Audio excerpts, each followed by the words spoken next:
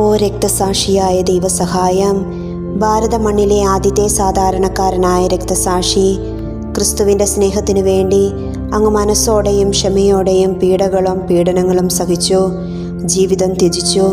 നിത്യജീവൻ്റെ ആനന്ദവും ദൈവത്തിൻ്റെ ഇഷ്ടദാനവുമായ പരിശുദ്ധ ദിവ്യകാരുണ്യം അങ്ങ് നേടി. ഈ മഹത്തായ ജീവിതം കൊണ്ട് അങ്ങേ അനുഗ്രഹിച്ചതിന് ഞങ്ങൾ ദൈവത്തെ സ്തുതിക്കുകയും നന്ദി പറയുകയും ചെയ്യുന്നു.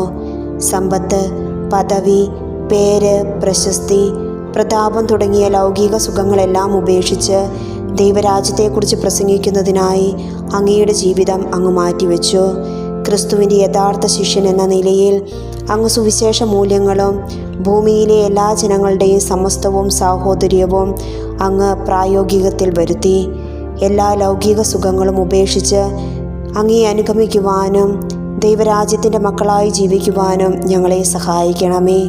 സുവിശേഷ മൂല്യങ്ങൾ വിശ്വസ്തയോടെ പ്രാവർത്തികമാക്കുകയും അങ്ങനെ ഒരിക്കൽ അങ്ങയോടും ദൈവത്തോടും കൂടി എന്നേക്കും നിത്യജീവനിലേക്ക് ഞങ്ങൾ പ്രവേശിക്കുമാറാകട്ടെ. ആമേൻ. രക്തസാക്ഷിയായ ദൈവസഹായം ഞങ്ങൾക്ക് വേണ്ടി അപേക്ഷിക്കണമേ. ആമേൻ.